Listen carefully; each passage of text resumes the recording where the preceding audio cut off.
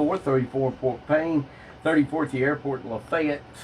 We got 34 here, believe it or not, at the studios. The warm spot is going to be at the airport in Chattanooga. They've got 36 degrees this time around. Pretty much in the 30s all around the area as we welcome you back to the KWN Today program at 39 minutes after the hour.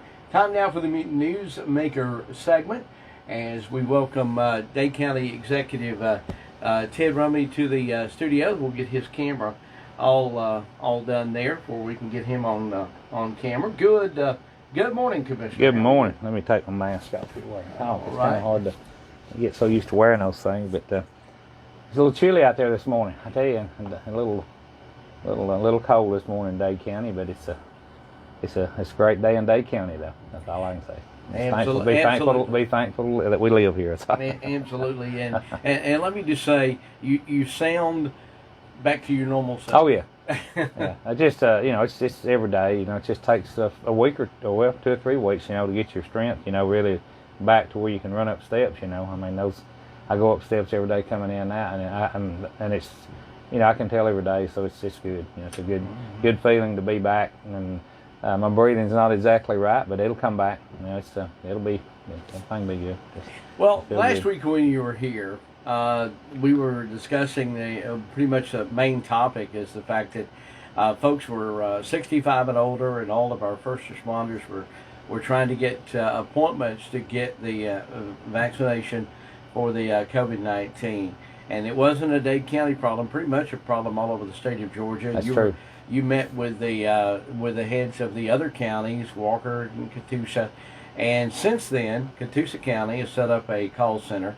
Walker County has set up a call center, and you have supplied additional folks to the state health department. Well, they set up, actually, when I left here that day, Thursday, I got on the phone with our own people, and was just Clay and all down there, and explained to them that, look, we're ready to staff what we need, to actually do a call, and we could either do that ourselves, which Alex were capable of doing that, but they are on a separate system, they're a state system. They came in, they got their own system, so he chose to go ahead and he set up. I think he said he was going to set up 5 stations. I know we're manning it with 2 or 3 people, but I think they're capable of doing 5.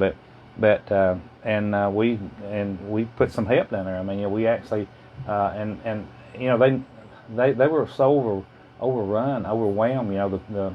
The ladies that we got working down there and the men, it was just unbelievable. I mean, it was so much stress, on them, and plus we do the drive-through, on Wednesdays, and so this has kind of relieved that, I feel, actually through the week.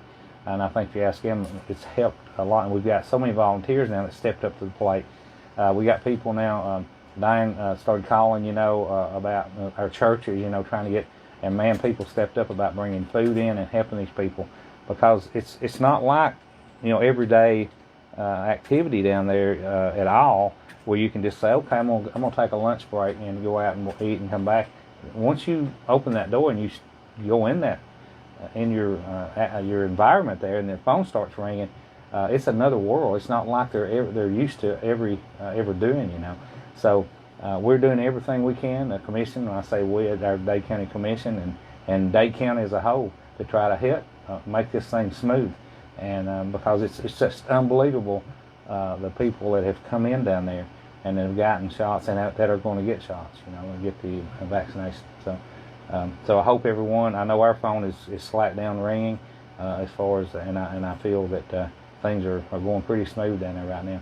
We've got some people that stepped up, from the high school. Some of the nursing students over there, they want to offer help too. Just answer the phones, and so it's going pretty good in Dade County. And I think in Walker and Catoosa, I've talked to both Shannon and the commissioner over there at Catoosa County, and their call centers are just flooded. I mean, they've got, I know the first little while that the Walker County was up, they received over 1,500 calls. I talked with I talked with our state representative, Mike Cameron, and Monday alone, the Walker County Center, they've got 20. They set up their own 20 stations, station call center, and they had 1,000 phone calls the first day. That's right. So That's a lot. That's a lot of calls. That's a lot. And I guess, I mean, I know you got the criteria that they want. We need to let everybody know that, not everybody. I mean, we're in phase 1A that the governor has allowed to get these vaccinations. Now, in Georgia, it's 65 and older. Plus their caregivers, if you've got a full-time caregiver, and of course all the first responders. But in Georgia, in Tennessee and in Alabama, the age is 75. Is it 75? I thought it was 70. Okay. 75 and older. Okay. I thought it was 70. In those two states. Georgia is 65 and older. Yeah. And if we were wondering, and at one time we were wondering how many people would even take this vaccine, I think we figured out real quick that there is a high demand for it. Definitely, and we the reason some people said, well, how in the world could you be getting that many calls in Dade County? Well, the thing about it is you're getting calls from all over the state of Georgia. This is for Georgia residents, and and so you could, if they're out of vaccine in Savannah or wherever, Macon, and you get online and you find that that we're actually taking appointments here, they can't refuse. You call and they and for people that's retired and are scared, that's nothing to take a day trip and drive up here to get a shot, or in Walker or Catoosa or whatever. So, but I do have, you mentioned that, as far as being 65, and Kerry shared this with me just a minute ago. But when you call the hotline, I call it, or the number, you'll be asked these 4 questions, and then number 1 is, are you 65 or older? And then number 2 is, are you a resident of the state of Georgia? And number 3 is, have you had COVID in the last 90 days? And number 4 is, have you had any vaccination in the last 14 days?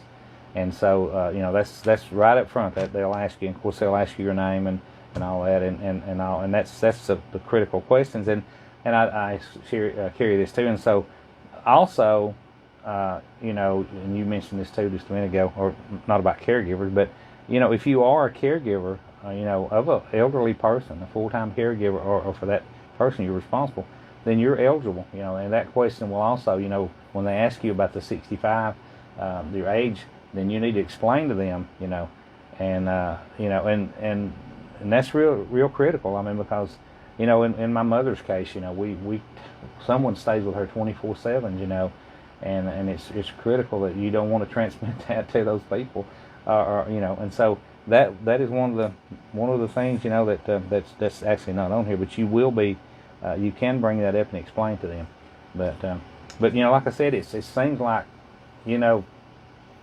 that I don't know whether this is all new, and last week or week before last, when all this kind of came in, I couldn't believe how it just kind of like opened a floodgate up to our ladies and gentlemen there that work in the health department.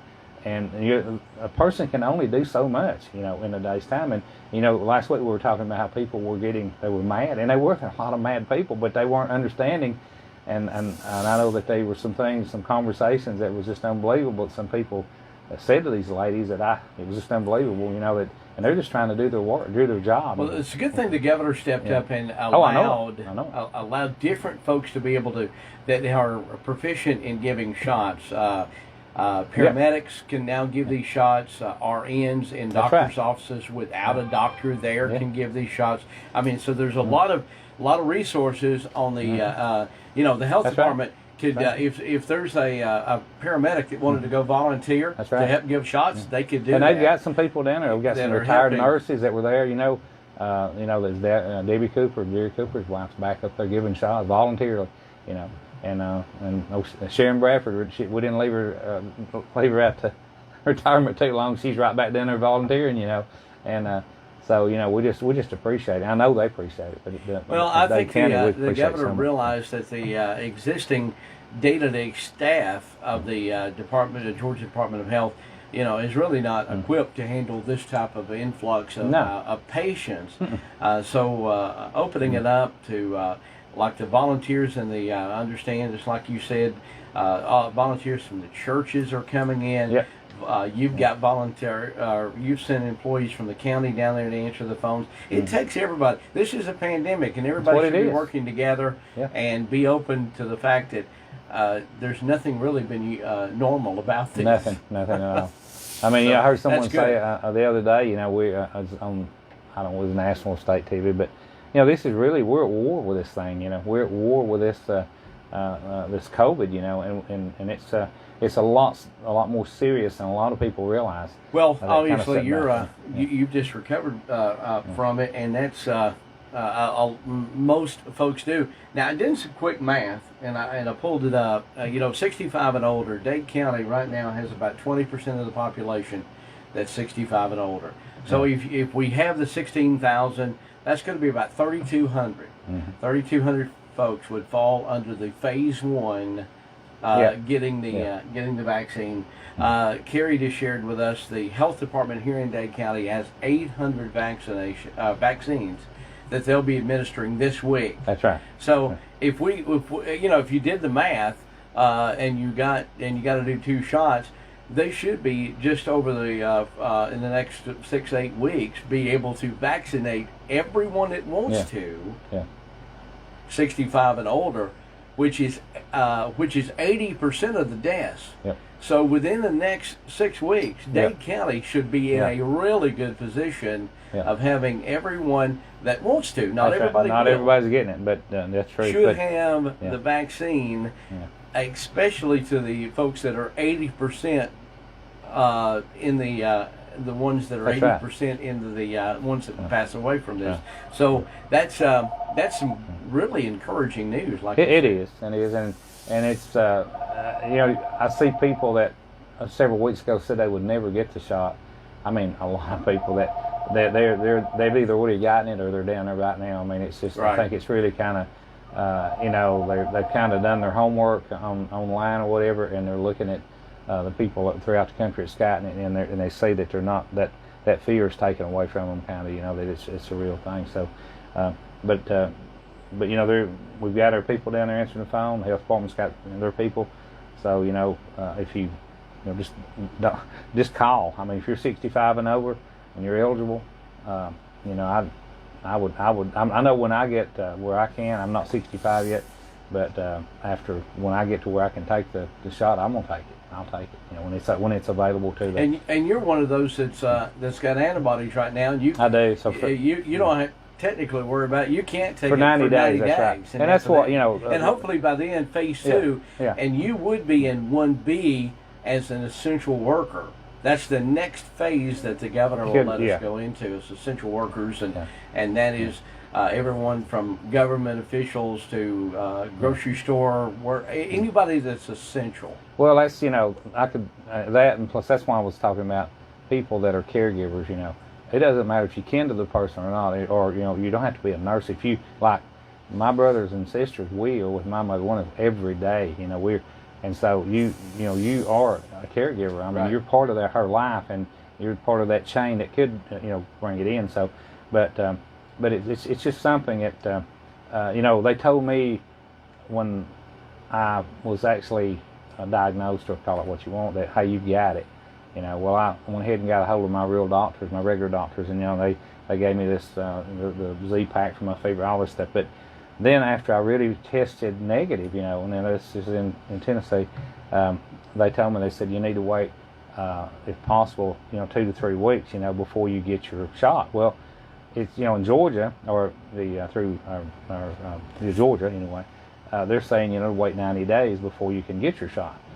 And so I asked them about that. In fact, I asked 3 different doctors. I talked to them about it, and that's true. But the reason being, it's not that you're going to be overly, I don't think you're going to get like an overdose of it, but because I thought that's why you need to wait. But the big thing is 90 days. You're not going to you're not going to get it. Yeah, you've got people out there. You've got your own antibodies. Yeah, you've got people out there that need it. You've got people out there right now, and in 90 days, it may be available where you can go ahead and get your shot or whatever. So it's not that it's going to actually give you an overdose of the actual antibody in your blood, but it's just the idea of you shouldn't take that away from someone that you need, because you've got people that really from 65 and over, and in Tennessee, 75. Is that what you said? 75. Yeah, 75 is the age group in Alabama and Tennessee. And I don't know why they. I mean, that seems. I mean, they had their own reason for doing that, but 65 sounds like a more, norm, I mean, to give it from there up. But and it could have been on the average of what their deaths are, 75 and above. Well, it could be. I don't know. If they're going by state deaths, I figure they're going, since it's federal, I figure they're going on It's all a state. national. The states are doing everything. The distribution's being handled by the state. Yeah.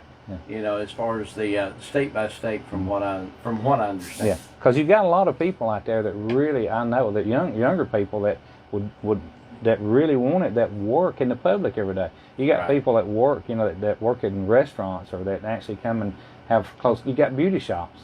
You got people that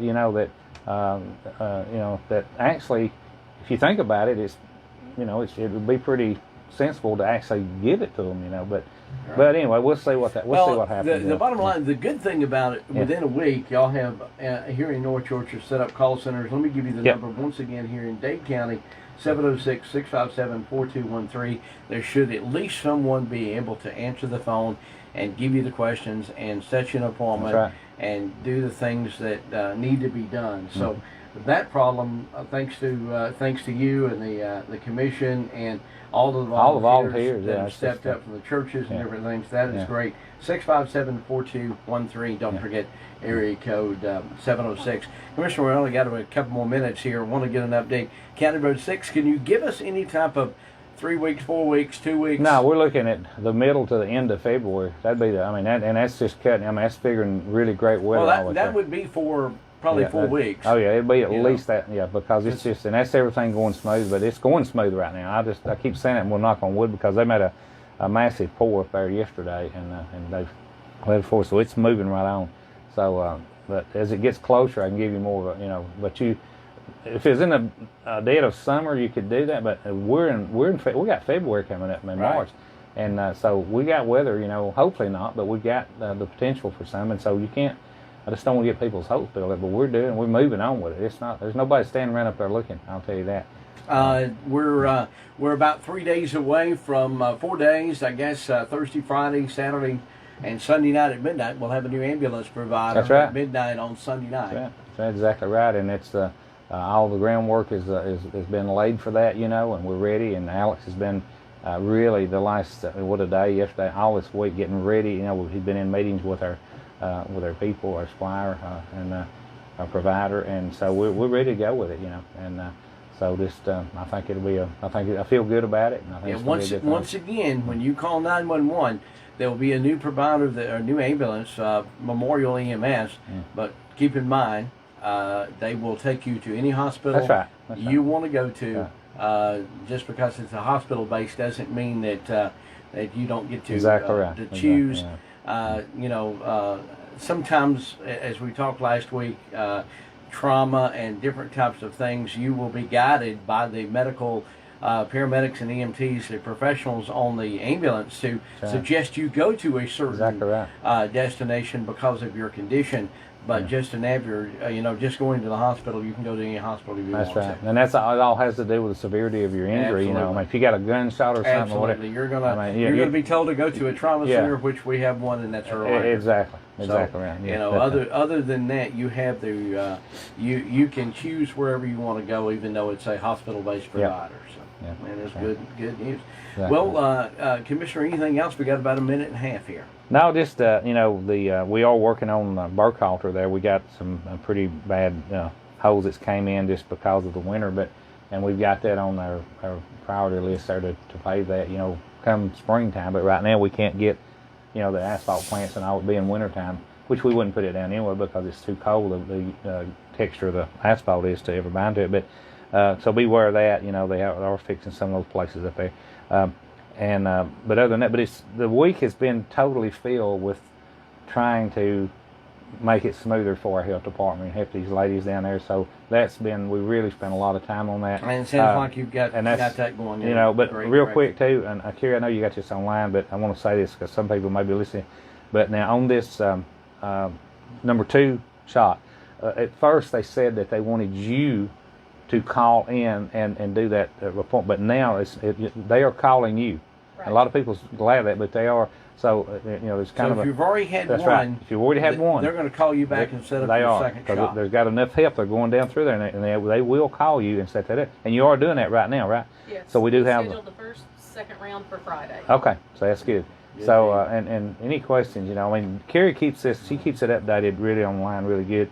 But if you got any questions, And you'll have a 3 o'clock That's today update. And We real will. quick, what's your phone number? 'Cause six. we have Oh to yeah, I'm wrap sorry. it up. 667-8999, area code 423. That's my cell, and 657-4625 is our office number. You can call me or any of the commissioners. We'll be there for you and try to help you any way we can. So just give us a call, and we appreciate everyone working with us through this pandemic too. Thank you. Dade County Executive Ted Rumley in the studio. We thank him every Thursday for keeping us up to date and what's happening here with the county and government. Coming up at the top.